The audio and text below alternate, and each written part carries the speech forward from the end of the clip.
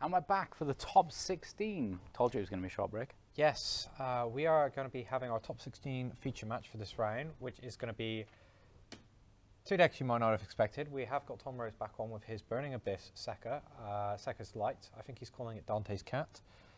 Sounds fine. For this event. And he's going to be facing off against Carl White, who's actually on Mermail. With Sekka's Light. With Sekka's Light. So there you are, guys. If you want to see Sekka's Light making an impact, it's right here in the top 16 of the UK National Championship. So there's like Nimble Anglers, Nimble Beavers, Nimble Mantas also in this deck. It's going to be super interesting. We've got two variants of the Sekka's Light deck facing off. That's awesome. Well, let's get over to the table and see how this guy's turn out. This guy is. These guys. Let's see how this guy is. Let's see how this guy is. So here we are. You can see the guys are just waiting for their signal to be ready.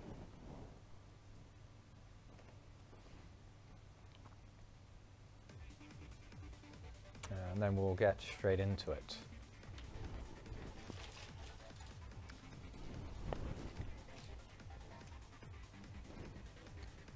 There you go. Here's a handshake, and we're going to be going straight into this. So I wonder who. Okay. Tom starts with Sekka's Light. Draw second. Yeah. Sekka's Light. And draw Lockbird. That's fine. I don't think he has anything else to draw so much. There's things like Scarm and other artifacts that could matter. I think of. I can't remember the ruling on how. Does it say end of turn or end phase? Draw Lockbird. I don't think it matters. Anyway. There's a cool ruling where you can like force your opponent to resolve their draw Lockbird first, and then you'd be able to activate the Scarm. I see. It was the ruling came up when Light Swan mirror matches happened. Like Light Swan and Effect Veiler, you could force your opponent's Effect Veiler to resolve first, then your Light Swan effect would happen afterwards. And Tom actually hits a graph. Dante hits graph. That's pretty fortunate. That's graph is probably one of the most powerful on set, and is also detaching the Fiendish Warrior Rhino,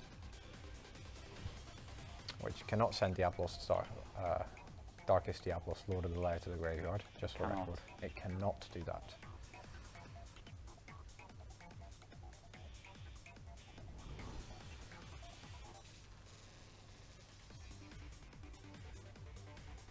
Tom's hand has double Blackluster Soldier in it. Yeah, you can actually play 3 of those now. None of the dragons though, they're too good. I did see that getting played earlier, by the way. Chaos Emperor Dragon. Yeah. Somebody was playing it in a 60 card Chaos deck. That's pretty funny.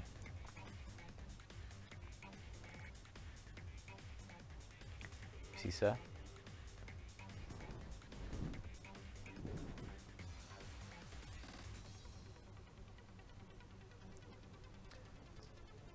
And Sir coming down for Tom. Just now going to send those away for a Link Summon.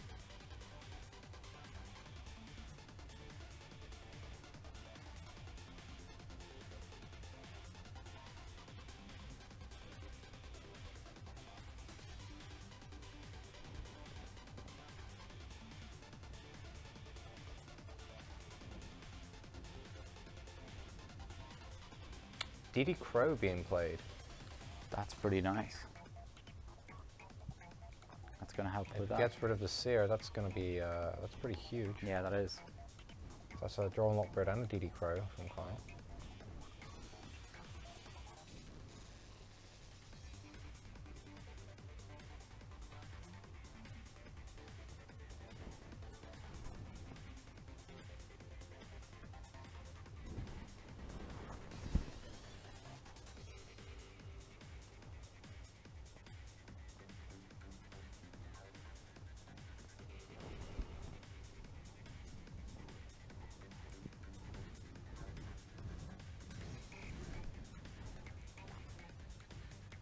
Gallus, the Starred Beast, is going to be summoned.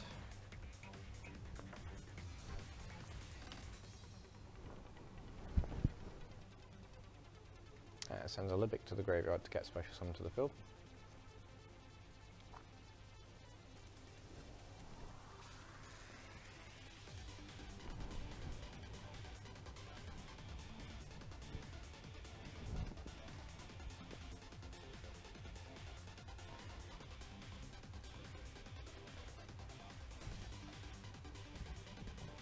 Deco Talker coming up.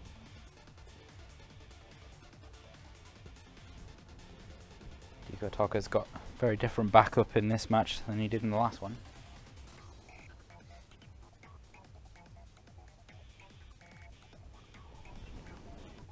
Castante's being sent to the graveyard. Burning Abyss Monster being added back to Tom's hand.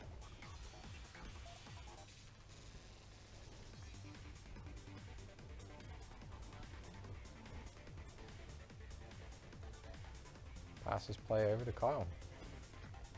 Not a great start from Tom, but he did get disrupted twice.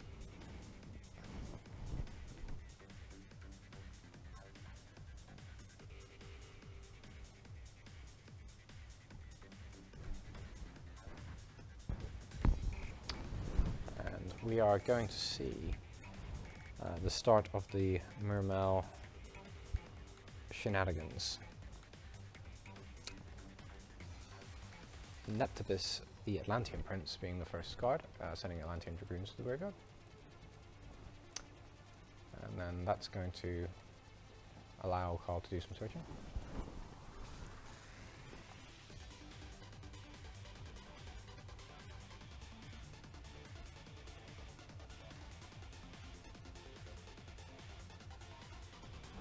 He searches for Dragoons.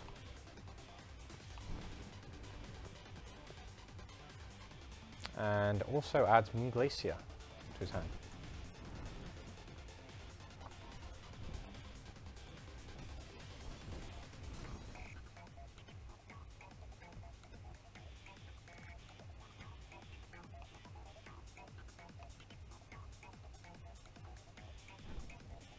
We're going to see Abyssman Megalo, Mermail Abyssman Megalo, being summoned by discarding Dragoons and Genix Undyne.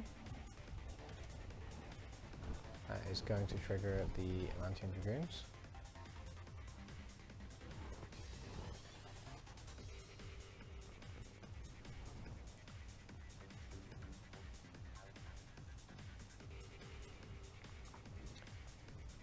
Which allows another search.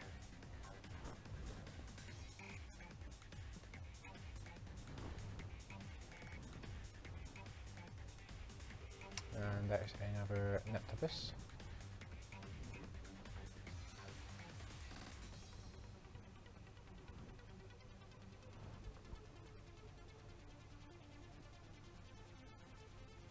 Kyle's actually said to me that he's not played since around 2014. He only played in one regional this season. So probably been playing Mermail ever since. Then he's had a pretty good run, right? Yeah, just like Burning Abyss, in fact. If you had either of those decks. Just getting in our time machine. Yeah. And Neptibus being tributed to allow Mermegalo to attack twice this turn. Yep, and Neptibus's other effect gets activated, which allows you to special summon Dragoons. Yeah. Dragoons is always nice.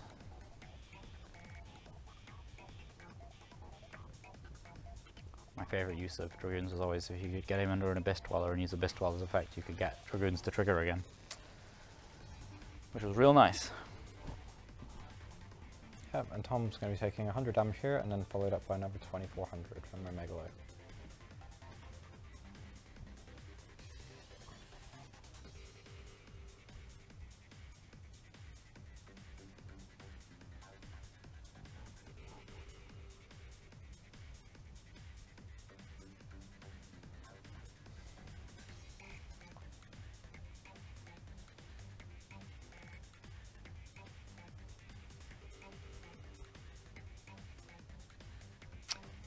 I'm going to see a Link Summon for probably Mr. Boy. Why do you always say it like that? I don't know. Mr. Boy! He's actually a gentleman, so I shouldn't be saying it. And then we're going to see Moon Glacier. Miss Starboy. I say odd chap. Card number 4. So, and card number 5. Number 6. Number 6. Number 2. there we go. How was the third card in number 2? Anyway. How the player's count is different to us. It exists in a different plane of existence. Kyle White reading Elephant. But Kyle had two hand traps and was still able to put all this together. Seems legit.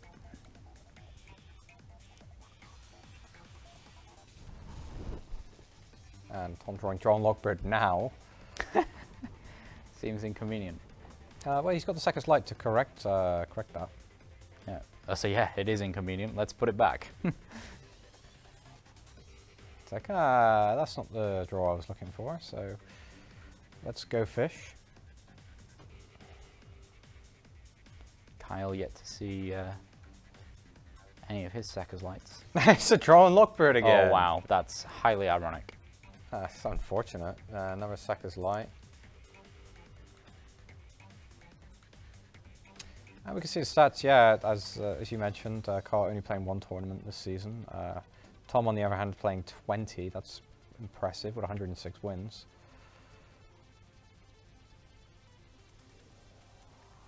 Fiendish Warrior Rhino being summoned alongside his Calib, is it? Calcab. Calcab. Calcab's one of the few lesser known Benny-West monsters. Calcab, Lybic, and Baba. Baba fairly well used when in the later stages of Burning Abyss, when they got Fiendish Rhino Warrior, but until then it wasn't really all that used. I think there's one more that's got something to do with the ritual, but I can't remember. I don't think Tom's playing it. It's never seen play, I don't think. So let's see where Tom decides to go here. Big drawback with Moon Glacier is that if it's removed from the field, it's that Kyle gets his next battle phase skipped, which is very inconvenient. Speaking of Baba, Which the Blackluster Soldier is very capable of doing. Double Blackluster Soldier, in fact, but I don't know if he's got enough lights. There's a Dante. Just one Dante is there, and then Blackluster Soldier. well, Elephant is probably light as well, actually. Now that I think about it, Elephant possibly light, maybe wind, but can't remember.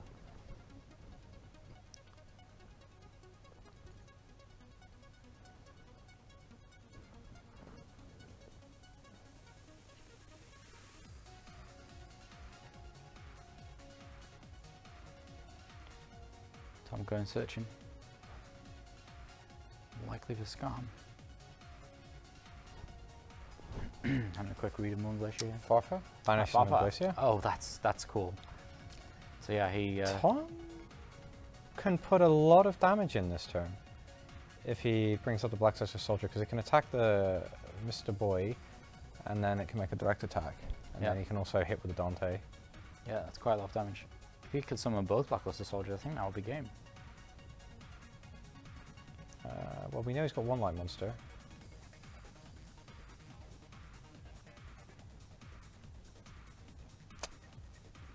This takes me back. Blackluster Soldier. If you ever need anything sorting out, generally he's the one. Bear in mind, Carl's already taken damage. Yeah, good point. It's actually, I think that's... No, he's 1,000 short. Oh no, Dante boosted himself this turn. Yeah, he's 2,500 right now. Oh yeah, no, I was factoring that. So there's 5,500 plus however much the Blackluster Soldier gets. Yeah, over actually, yeah, that should be game. 1,100 over the Mr. Boy. Yeah, that's 100 over, in fact. Wow. Okay, Blackluster Soldier, he's back. And he's doing his thing. Farfa coming along and taking away the Moon Glacier on a little adventure, and then while he was gone, Tom Rose runs away with the game. Is Moon Glacier a male? Okay, it takes it away. My apologies. Actually, I don't know. I always figured Mooling Glacier to be a female fish, but it's hard to say. It's a giant elemental lord. It's water incarnate. Okay, I thought it was a fish. Benko Seka. Probably getting sided out in this game. I thought that may have just been for Seka's light, you know, the irony factor. Yeah, Tom also not playing a lot of back row this game. No, just 3 back rows actually, and most of them only last for a few seconds. Seka's light is so good. I was actually really sad when it came out because no one picked it up to play it. What's game 1?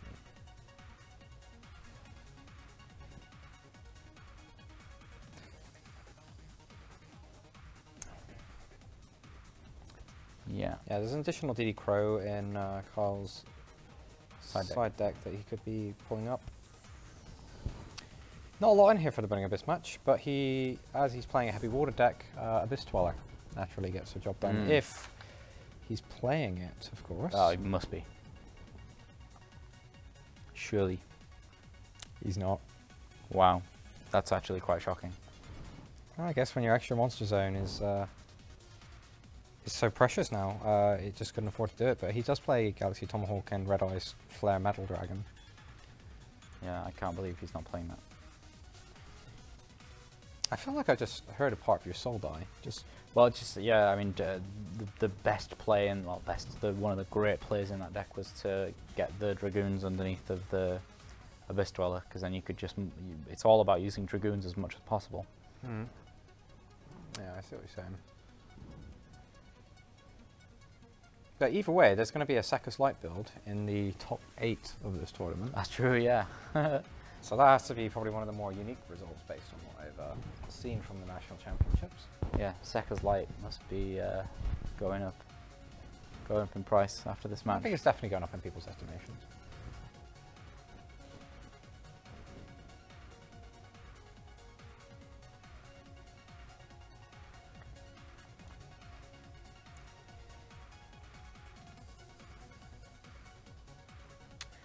.23 minutes left on the clock.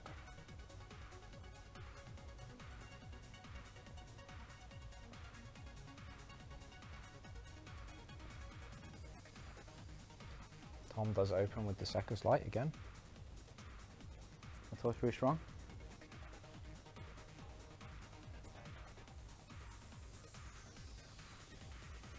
And Kyle makes Tom goes first. Interesting. He plays Seka's Light to draw into Seka's Light.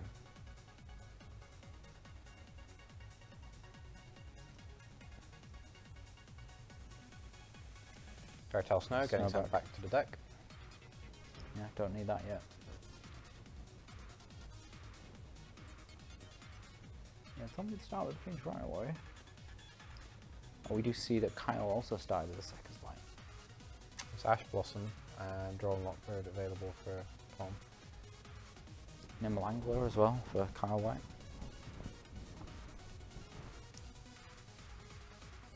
Here's Dante. So he's actually playing the Rescue Cat in this deck so that he can get a bunch of additional plays for... Just cheap Nat Beast. Yeah, for the Sky Striker match. Yeah. Not much use in this matchup. I would be right now because Kyle has Seka's Light, but there's so many different ways to get Graf Sir on the go. Even after getting the Sir crowed, he was still able to play through and win the match, win the duel, sorry. Sir Dante. Yep. And that's really good as well, being able to get that combo going straight away. Never had that ability before.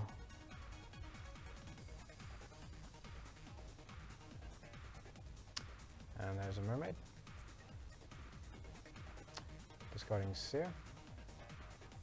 To special summon Beatrice, Lady of the Eternal. Yeah.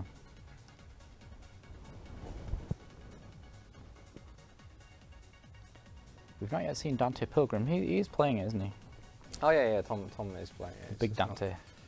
I'll come up. Dante after he's finished his quest. Yeah, Dante program is so scary. In the current game, absolutely. Dante gets discarded. Sending Fairy Tale Snow to the graveyard. Yep, and then Dante's going to add back a Burning Abyss monster. That actually makes Carl's life really difficult. But playing Mermails, he really wants to go second so that he can actually make attacks out of all of his monsters. Yeah. This time Sakis Light's coming down for Kyle.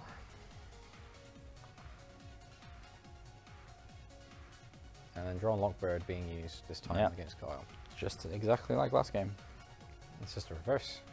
And Tom has a Mermaid and a Beatrice. Beatrice is super scary.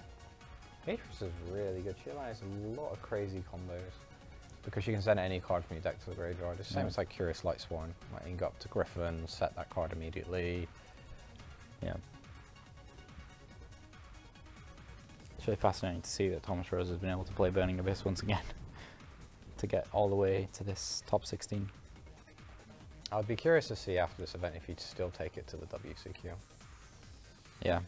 I would really hope that he could turn around to us and say, absolutely, here are the changes I need to make. That's a swap frog. A swap frog? Yeah, swap frog. He's got the full frog engine here as well, has he? I don't think we're going to see quite triple totally awesome Sayuja as the play, but could be wrong. It's possible. I think Card of Safe Return helps it happen. Also Substitute as well.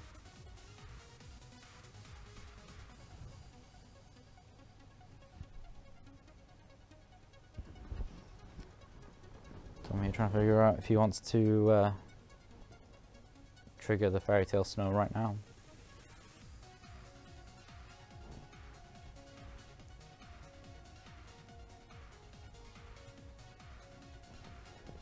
Sending the Nimble Angler to the graveyard, which will allow, when it's sent from the hand or deck to the graveyard, it gets to special summon 2 Nimble monsters from the deck.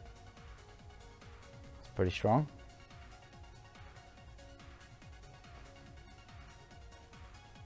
This is fascinating. Seeing these two guys playing completely what would be considered off-the-wall decks, and both of them have got such powerful combos here.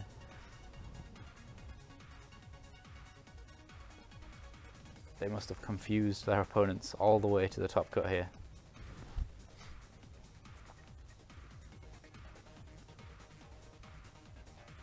Ash Blossom. Yeah. We're going to see Nimble Manta. I love the Nimble Mantas. I think they look adorable. And Nimble Beaver. Beaver not so much. He looks pretty scary. What does a beaver do then? I can't remember what the beaver does. Actually, one of the Grassless Greener decks that I tried out was a Water Angler 60 card version that was playing the Grassless Greener and Lagunga. Lagunga, Summon yeah, like an infinite number of tokens. The Nimble Beaver, when it's normal summon, you can special summon a level 3 or lower Nimble monster from your deck or graveyard, so I don't think it's relevant. Just that it's level 2. And it's a Nimble monster. Yeah. Yeah, for this, but yeah, this application. But.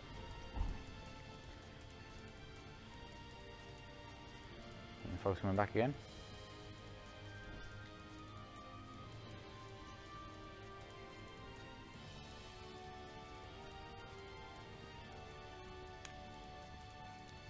We got a link summon.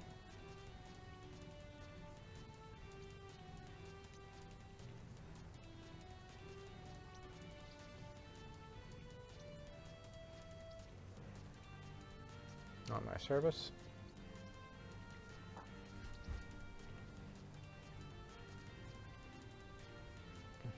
Nightmare Service. Effect, discarding Mermail to destroy Beatrice. Beatrice triggers. That was a bit spike that was discarded. Dante Pilgrim of the Burning Abyss. Luke, you read this one out yesterday. Yeah, so you can discard a card to draw a card. So obviously that's pretty good if you can discard some of your Burning Abyss monsters. And it can't be targeted as well. Is it a quick effect to discard a card to draw a card? Yeah.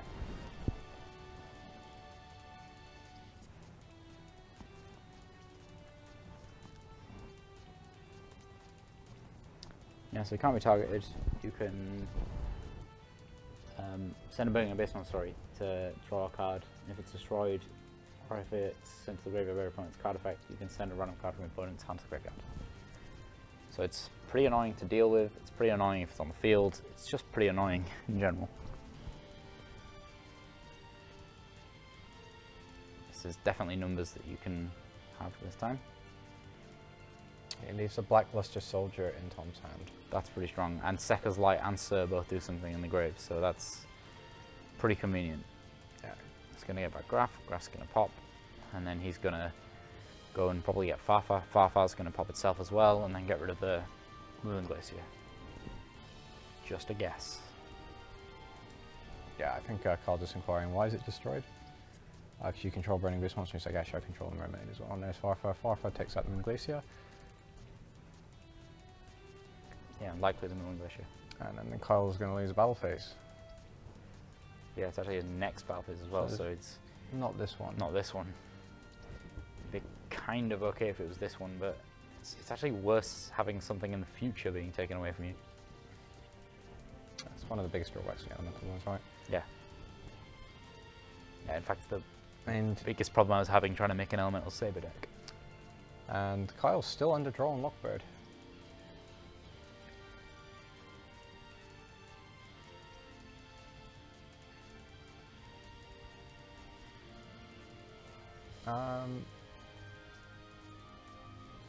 Yes, he's used the frog twice, right? You get an extra normal summon after you use it, right? So you normal summoned it, returned it to his hand, and then didn't he summon it again already? But he summoned it using the special summon, discarding Nimble Angler. Ah, okay, sure. So this is his second normal summon.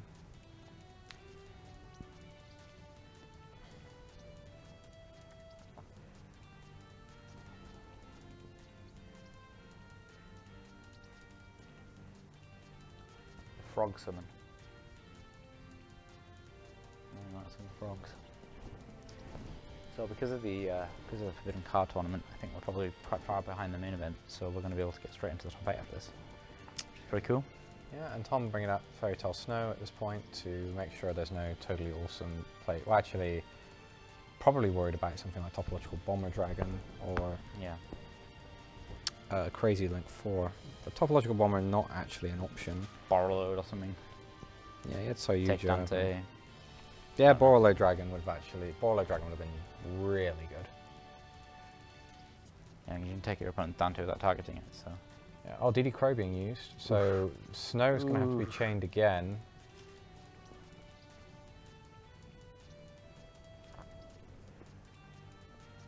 Is that everything? 2, 3, 4, 5, 6, 7. 7. He's making sure that Blackluster Soldier is definitely live. Yeah, well. Yeah, it's not right now, but yeah, if Fairy Tale Snow gets put back to the graveyard, then it will be. Yeah, well, Dante Pilgrim of the Burning Abyss is a light monster as well. Yeah, yeah, also. Right, I thought he would have left a Dante in there because he's struggling more for light monsters than dark monsters. He controls 2 light monsters. Well, I guess, so yeah, okay, yeah, I guess if using the 2 that he has, just in general in his deck, he has more dark monsters. Like if he draws any Burning Abyss, he can discard it with Unicorn Dante. Cannot. He shuffles away the can't be targeted. Whoops. Shuffles away the Fairy Tale Snow. Yeah. Dante showing his powers there. Wards off nightmares. Yeah, absolutely. With his dreamy hair.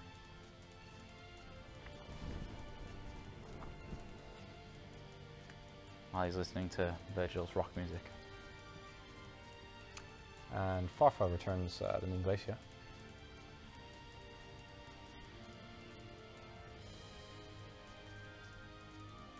Okay. So Dante's effect, discard Farfa. Oh. Card. So Kyle doesn't have the next battle phase, and okay, that's kind of rough because he drew.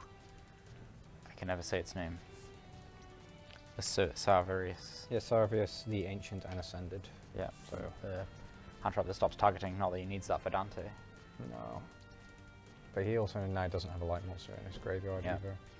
Sarvarius would be a light monster, but nothing to put it in there right now because Pilgrim can only discard Burning Abyss monsters. And Tom's forced to banish the Sackers Light to make sure that DD Crow didn't completely take him out. Yeah.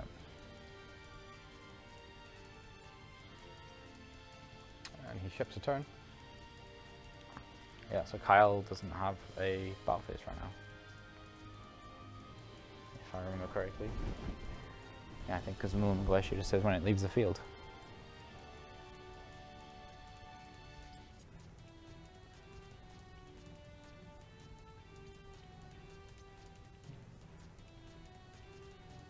Tom currently praying to a lot of Yu-Gi-Oh!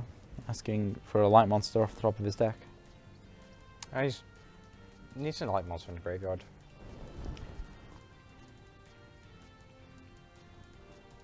Sackers Light being banished to replace that one card. It's drawn Lockbird. Drawn Lockbird's not much use right now. Not much drawing to be had. I don't think Kyle really has anything that he can draw this turn that's going to help a lot because he's not got a battle phase. Passes back to Tom. Tom draws its Fiendish Rhino Warrior, that's nice. You can get some plays going with Fiendish Rhino Warrior. Actually, no, you only get one Graph, one Sir, don't you now? Yeah. So no, he's not going to be able to do anything here.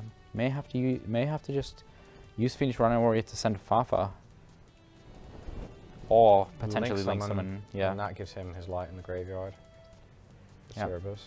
I'm not using Cerberus. Oh yeah, you can use Cerberus effect to take out the Moon Glacier. Yep. And that's going to skip another battle phase from Kyle. Yeah, and the Fiendish Rhino Warrior is going to trigger as well. So he can use a Farfa to... Nah, he's got the Blackluster Soldiers, can make the double attack over that. Yeah, okay. But yeah, sending Scarm in. Scarm, yeah, so he's got to follow up after this. Severius being read by Kyle. Only 8 minutes left. Yeah, well, but it looks like Tom is going to be in the lead here, so he's looking at a pretty big advantage. Blackluster Soldier's back. He's back. It also makes it so he's got another Light and Dark in the graveyard with Severius, so he could top deck another Blackluster Soldier. Just it gives Tom the largest number of open top decks. Open avenues, yeah.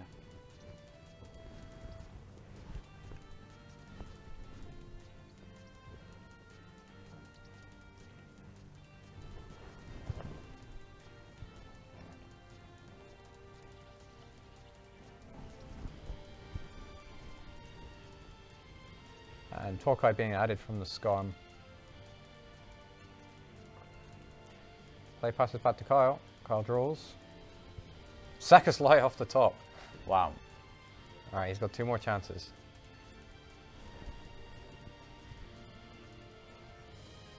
He's got a Neptibus there as well. This could be what he needed to Obistius. bring it back. And Dragoons. And Dragoons, what? That's good. That's that good. Is real good.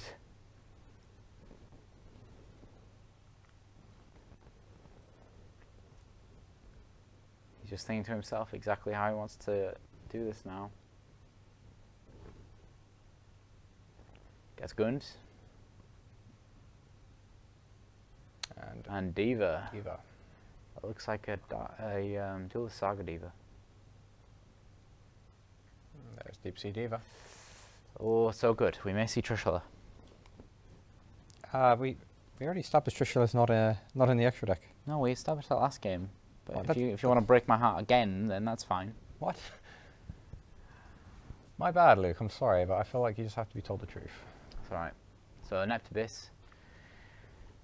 The Dragoon's going to go. So that was Teus went and got the Wow, that's a lot of cards. Yeah, I'm losing my mind. So Dragoon's going to search the Atlantean.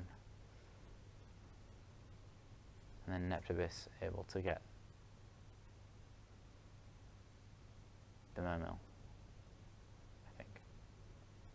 I never played Might Mermail. be able to set up an OTK here if he can get through the Blackluster Soldier. Yeah. Oh wait, he doesn't get a battle phase. Yes, that is Glacier true. was destroyed. Yeah. I'm wondering if he remembers this, because we forgot. I was getting excited by the Sakha's Light, but... Yeah, he can pop a card with heavy infantry and Gund as well.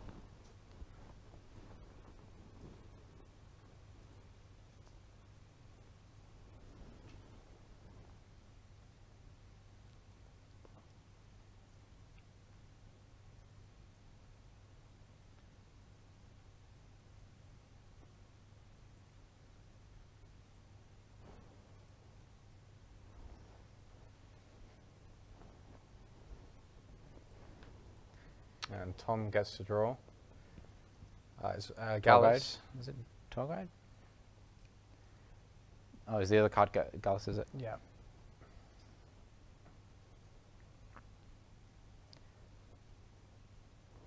Fiendish Warrior Rhino. Yeah, so Fiendish Rhino Warrior was a real big hit for the Burning Abyss deck.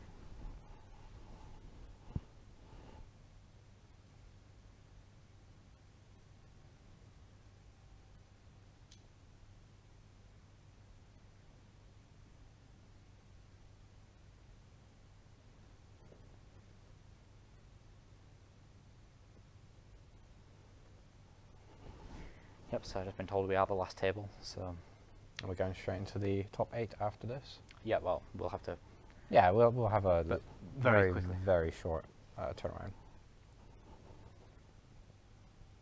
Ghost Ogre and Snow Rabbit, dealing 600 damage.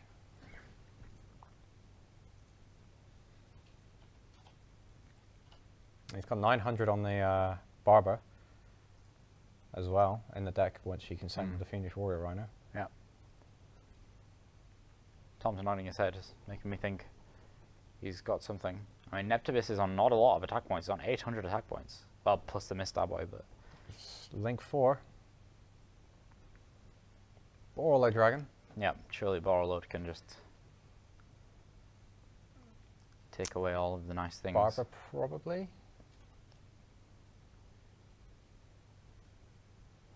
How many Burning Abyss? Yeah, he's got enough Burning Abyss in there. Seems odd. He went down to pretty much 0 cards in his graveyard just last turn. Yeah, and then with thanks to the Fairy Tale Snow banishing 14 of his resources. And then Barber getting 900 more in. Yeah, that puts Carl down to 1-1. Which is all feeling very doable at this point, considering a Borrowload Dragon's on the field. I think you can just tack over the... Neptibus, and that's game. Yeah, Tom that's it. Progressing on to the top 8 of the UK National Championship 2006. Yeah, let's I say 2016 because the top 16, 2018. Yeah, let's talk a little bit more about that in our post-match discussion. Okay, so... Two explosive Sakha Light decks facing off, and it turns out Burning Abyss was the stronger of the 2 decks in the end. Absolutely. So we were being told that we were the last table, so... is there anything more to be said about those decks other than that this Tom Rose deck seems to be unstoppable? No, actually, I really liked Kyle's deck. I felt like Tom played around the Moon Glacier so well, because what would have been crippling, being able to just keep stealing his opponent's battle phase, gave him just enough time to get up to his Blackluster Soldier. And even when the absolute worst thing that could have happened, Sakha's Light, happened, he was able to keep playing because his opponent just wasn't allowed to have a battle phase because of his own Moon Glacier effect. Yeah, absolutely. Very well played. Yeah, really. But I think both players could tell that, you could tell that they really knew those decks quite well at this point. Oh yeah, if you're going this deep into the tournament with this kind of list, yeah, you've definitely put the time into this. Yeah, absolutely. So we're going to be right back with the top 8, so we'll see you guys soon.